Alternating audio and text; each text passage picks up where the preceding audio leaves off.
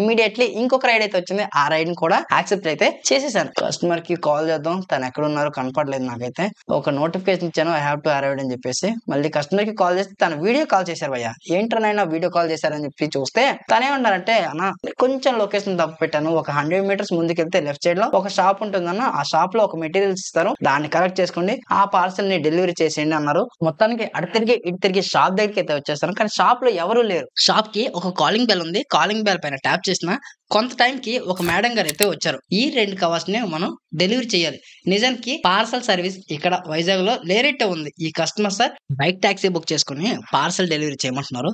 సరేలేని చెప్పి ఓటీపీ తీసుకుని ట్రిప్ అనేది స్టార్ట్ చేసిన. ఇక్కడ నుండి నావిగేషన్ ఎంత దూరం ఉంది అనేది చూద్దాం. ఈ 2 కవర్లని మన బైక్ కి అటువైపు ఒక హ్యాండిల్ కి ఇటువైపు ఒక హ్యాండిల్ కి హ్యాంగ్ చేసుకుందాం. ఇలాంటి పార్సల్ ఆర్డర్స్ లో మన టైం ఎక్కువగా వేస్ట్ అవుతూ ఉంటుంది. ఈ పార్సల్స్ అనేవి ఇచ్చేటప్పుడు కూడా కరెక్ట్ టైంకి ఇవ్వడు, అలాగే రిసీవ్ చేసుకునేటప్పుడు కూడా ఆ కస్టమర్ వచ్చి రిసీవ్ చేసుకోరు. మొత్తానికి ట్రిప్ అనేది ఇప్పుడు స్టార్ట్ చేసిన ఇక్కడ నుండి 10 కిలోమీటర్ అనేది చూపిస్తుంది, 20 మినిట్స్ అయితే చూపిస్తుంది. ఈ రోడ్ చూడండి భయ్య, చాలా దారుణంగా ఉంది. ఈ కవర్ ఎక్కడ చిరిగిపోయి ఆ బురదలో పడిపోతుందేమో అని చెప్పి నాకైతే టెన్షన్ గా ఉంది. ఎందుకంటే లోపల బట్టలు అయితే ఉన్నాయి, కొత్త బట్టలు. పడిపోయిందా బురద బురద అయిపోతాయి ఈ బట్టలు.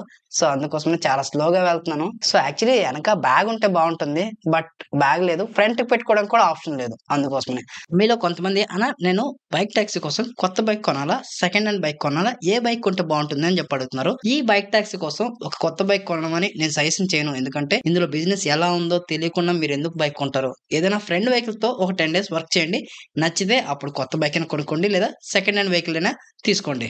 నీటి లోపల లోతెంతో తెలియకుండా దూకేయడం కరెక్ట్ కాదు కదా. అందుకోసమే బిజినెస్ గురించి తెలుసుకొని అప్పుడైతే బైక్ కొనండి, లేదా రెంట్ కి తీసుకోండి. వన్స్ మీరు బైక్ కొన్న తర్వాత బిజినెస్ చేయలేక, లేకుంటే బైక్ టాక్సీ నచ్చకపోతే ఆ బైక్ ని అమ్మితే చాలా మనీ అయితే లాస్ అయిపోతారు. అందుకోసమే కొనే ముందు ఒక 10 సార్లు ఆలోచించండి. ఫైనల్లీ కస్టమర్ పెట్టిన డ్రాప్ లొకేషన్ కి అయితే వచ్చేసాను. ఇదే ఆ డ్రాప్ లొకేషన్. కస్టమర్ కి కాల్ చేశాను, ఒక 2 మినిట్స్ లో మళ్ళీ కాల్ చేస్తాము అని చెప్పి అన్నారు. 2 మినిట్స్ కాస్త 10 మినిట్స్ అయింది. 10 మినిట్స్ తర్వాత కూడా తనైతే కాల్ చేయలేదు. ఆఫ్టర్ 10 మినిట్స్ తర్వాత ఇంకొక కాల్ అయితే వచ్చింది.